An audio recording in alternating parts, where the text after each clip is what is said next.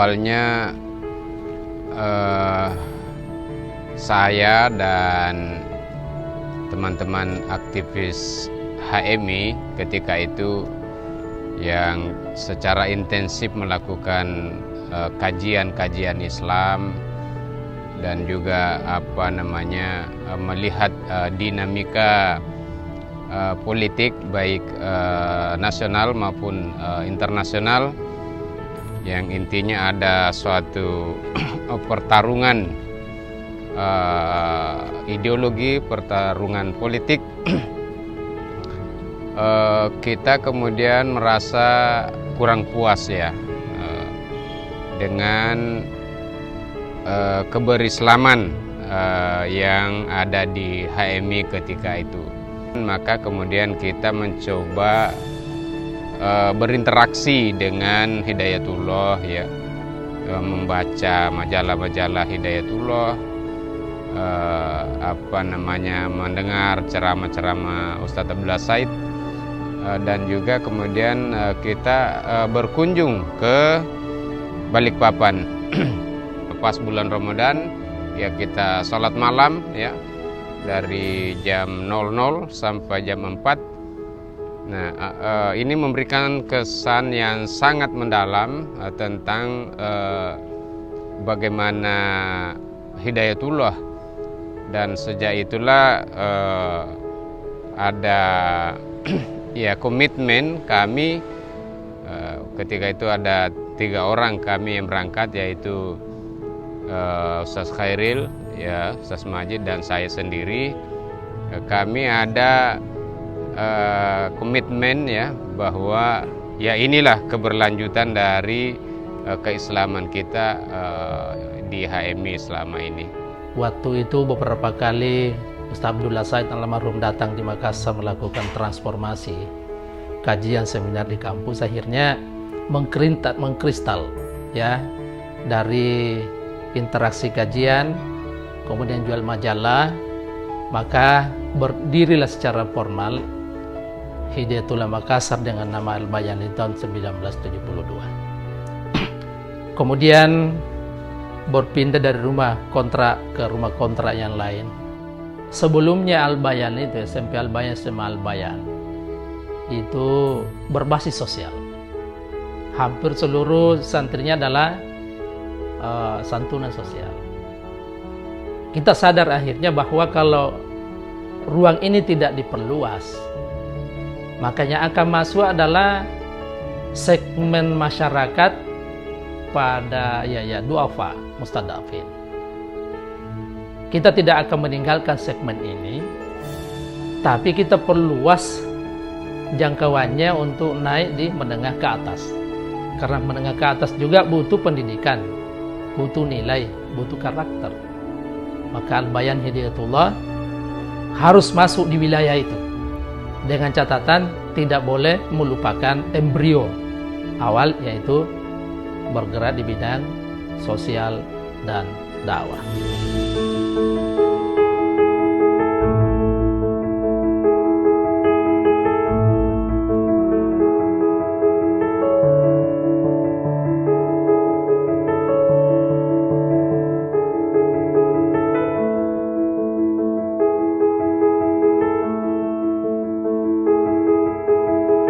Ada beberapa orang saya kira yang tidak bisa dilupakan di sini, seperti Ustadz Suryadi. Beliau ini luar biasa semangatnya ya. Dan saya kira alumni itu merasakan betul. Meskipun barangkali adik-adik alumni ini ada yang mengatakan terlalu disiplin, tetapi justru disitulah kelebihannya beliau itu. Beliau begitu disiplin, begitu sangat memberi perhatian yang besar terhadap pendidikan dan kultur Islam yang memang menjadi tren yang kita bangun di tempat ini. Kedua, ibu-ibu juga ya, seperti istrinya Ustadz Tasrib, wah luar biasa juga beliau itu ya, yang ya termasuk ibu dari anak-anak santri awal ya di panti kita di di Tabariyah.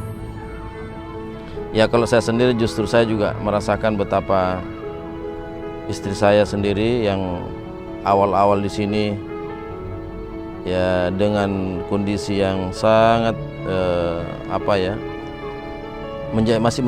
masih jadi hutan, ya itu sudah saya ajak ke sini.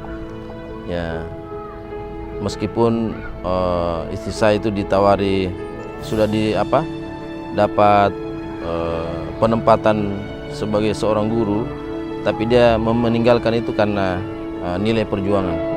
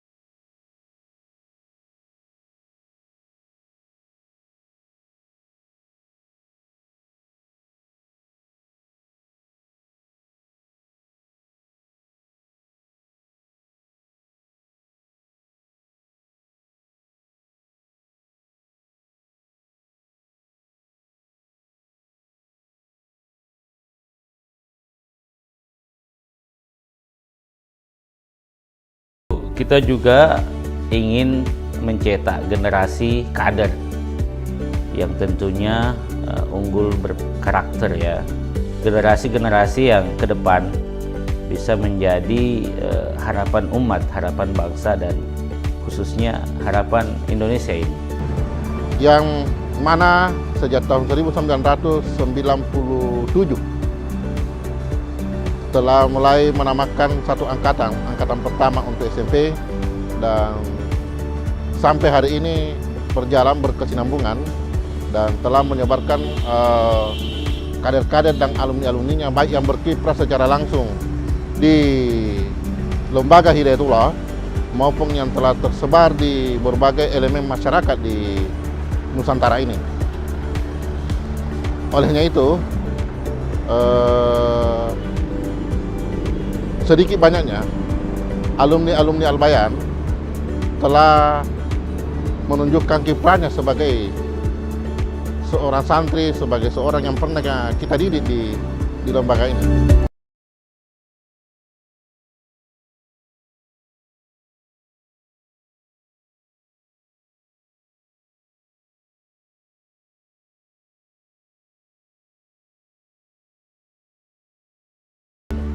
kami sebagai termasuk yang mengawali ini Al-Bayan, harapan kami kepada generasi pelanjut ini ya tentu bagaimana kepercayaan umat ini kepada Al-Bayan tetap terjaga, tetap terpelihara sehingga kepercayaan umat bertambah.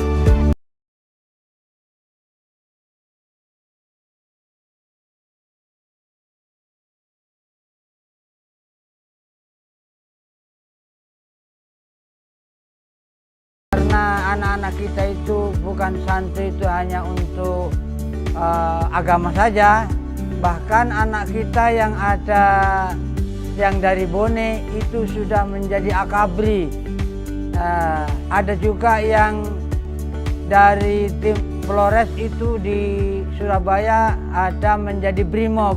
Itu suatu tanda bahwa kesuksesan pesantren kita untuk mengelola anak didik kita.